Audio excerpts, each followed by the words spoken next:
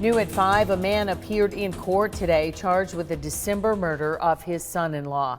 Today, Glenn Donaldson's attorneys asked Judge Don Poole to lower the $500,000 bond. The judge denied that request, but not without listening to testimony from investigators and friends. Channel 3 Eyewitness News reporter Kate Smith was in court and has more details. Kate? Cindy, Adam Levy and his wife were in the middle of a divorce when he was shot and killed. Witnesses says he had a drug problem, but the state argues he was killed execution style by his father-in-law. Okay, where is your son-in-law at? Chilling 911 calls played in Judge Poole's courtroom from that fatal December evening. Your son-in-law still alive? I doubt it. Glenn Donaldson says Adam Levy threatened him with a knife and that he shot his son-in-law in self-defense. But the state argued that investigators never found signs of foul play. He was shot in the back of the head at close range. There's no indication of a struggle. The only indication of a knife is one that's sitting in a dryer, a dish dryer, with another object over it.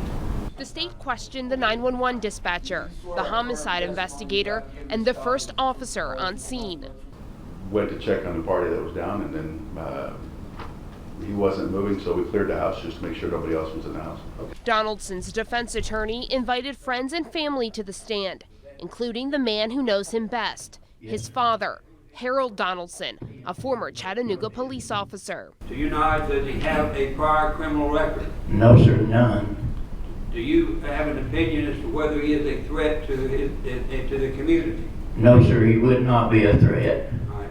To your knowledge, was there any, at the time this happened, was there any bad blood between him and the decedent, Adam Levy, his son-in-law? I know of none. His direct supervisor also spoke.